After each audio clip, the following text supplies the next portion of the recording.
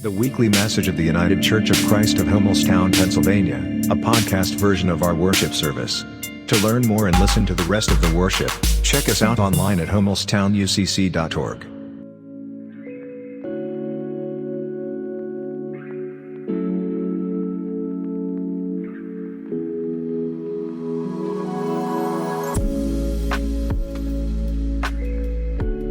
Over the next few weeks, we delve into this story of Christ's arrival once again. A story we are reminded happens when we least expect it. A story we are more familiar with than others. Prophets whose words are well known and no longer shocking. A reminder to stay awake and aware, and so much more. This week, this is a readying moment to catch our breaths as a community, as a people of God, and seek the new in the old stories. New life in stories we know well, but that remind us of times when they were not old and well known, but shockingly fresh. And our theme this season comes from this material from a group of pastors based on what it means to listen, to hark for the coming of God in flesh once again. God who is appearing in human form, taking on blood and bones, muscles and ligaments. God who needs to be a part of our simple living as much as we crave being present to God's grandeur. So as we begin to tell that story, another story for us, many of you, I'm sure, grew up with pageants. The living storytelling for the new generation, the storytelling of this ancient story. And I have helped with many and participated in many more. But this morning, as we begin to listen for these heralds of our faith, an introduction to hark, heralding our faith, we have a pageant put together to complement our theme. So hear just the beginning of this pageant. Scene. Enter two friends, one overwhelmed by all that is currently being thrown their way, another actively listening for their friend's truth. Hey, Chris. I can see you're having a hard time. Yeah, I'm just not sure what to do. I get so worried and exhausted. Cut to the angels in heaven. It seems like our friend Chris is really struggling. They seem to be having a hard time focusing, and so they've lost sight on this core gospel message. What should we do? How do we remind them to listen for God's message of love? Sounds like a job for Harold the Herald. Got it. I'll deploy Harold the Herald immediately. Hark! What? Who are you? And what are you wearing? Hark! The heralds of our faith. I don't know who this guy is or what he's doing. Let's get out of here. Well, that didn't go so well. What do we do now? Maybe Chris doesn't know what hark means. It's kind of a funny word. It means pay attention, to focus, to listen with your heart. So how do we remind Chris to pay attention? How have we done that before? How have we tried to get people to focus and remember God's love? How about prophets? Like Isaiah or Micah. They were pretty good. Right. Let's go with Isaiah. Gloria, send Harold the Herald to announce Isaiah.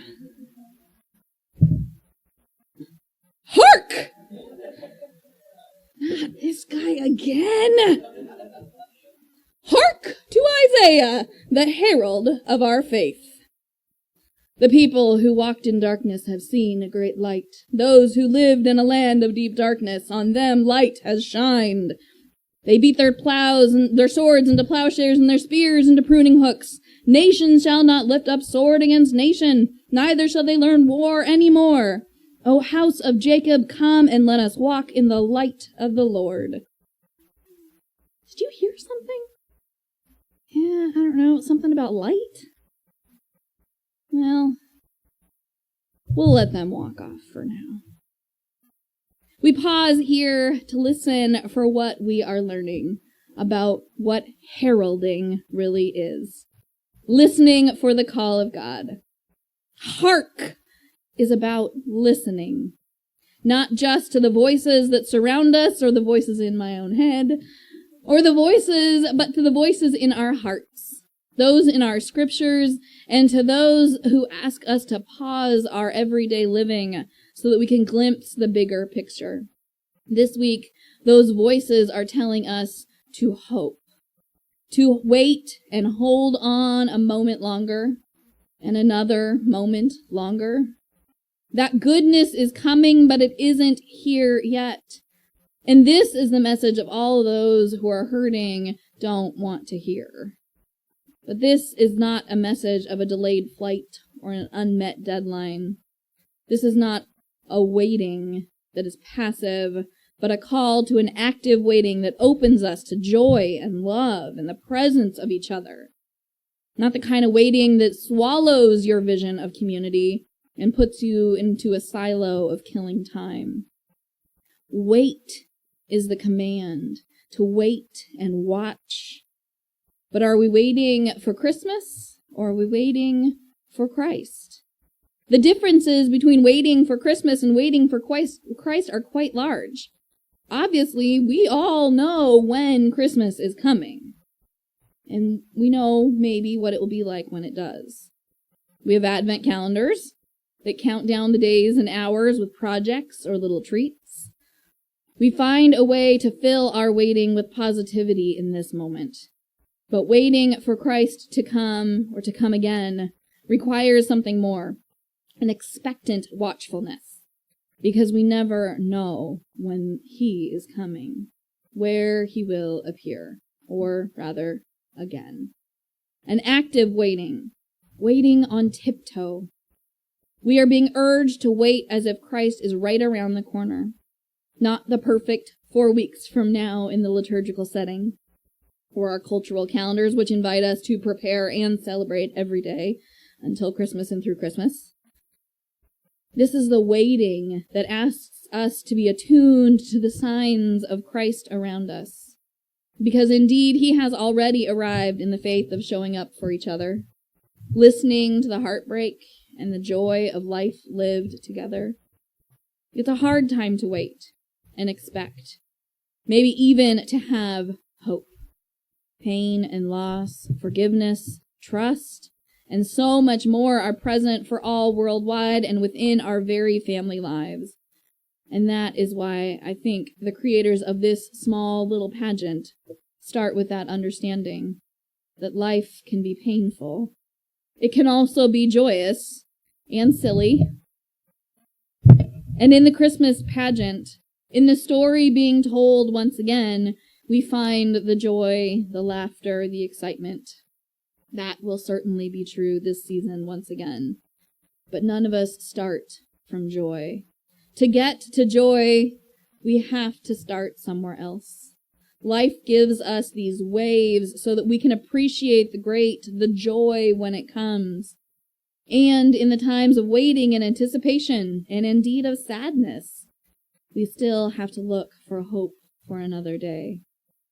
Our modern herald for this morning, a quote from Augustine of Hippo, or Saint Augustine for some, wrote of his conversion to Christianity by writing, "Belatedly I loved thee, O beauty so ancient and so new, belatedly I loved thee.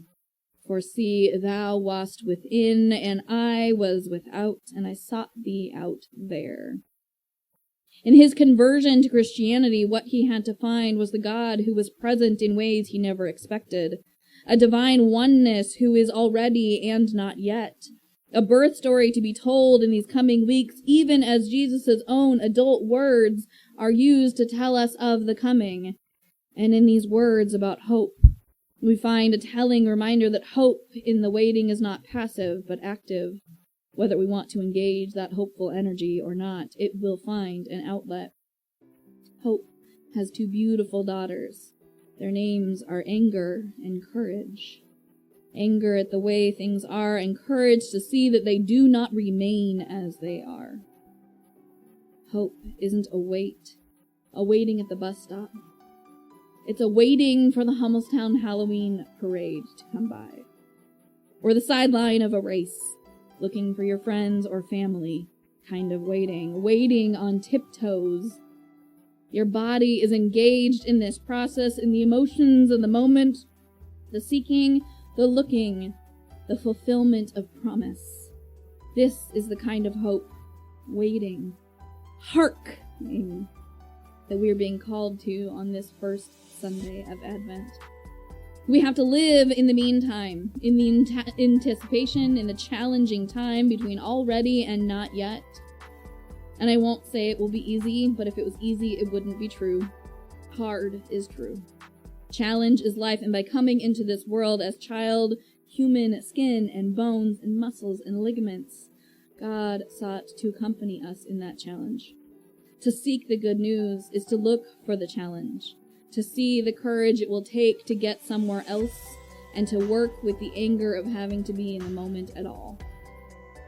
Both of these daughters of hope will escort us forward, in the waiting, in the watching, in the light living or seeking darkness.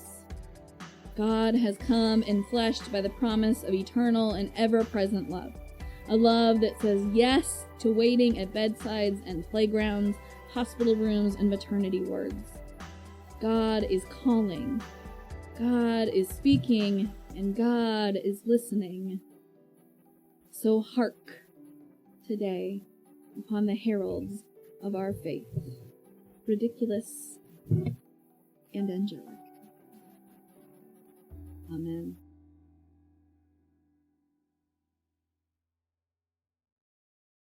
This has been the weekly worship from the United Church of Christ of Hummelstown. No matter who you are, or where you are, on life's journey, you are welcome here. Join us online or in person, at 104 East Main Street in Hummelstown, Sundays at 10:30 a.m. Thank you for listening today. We look forward to your fellowship.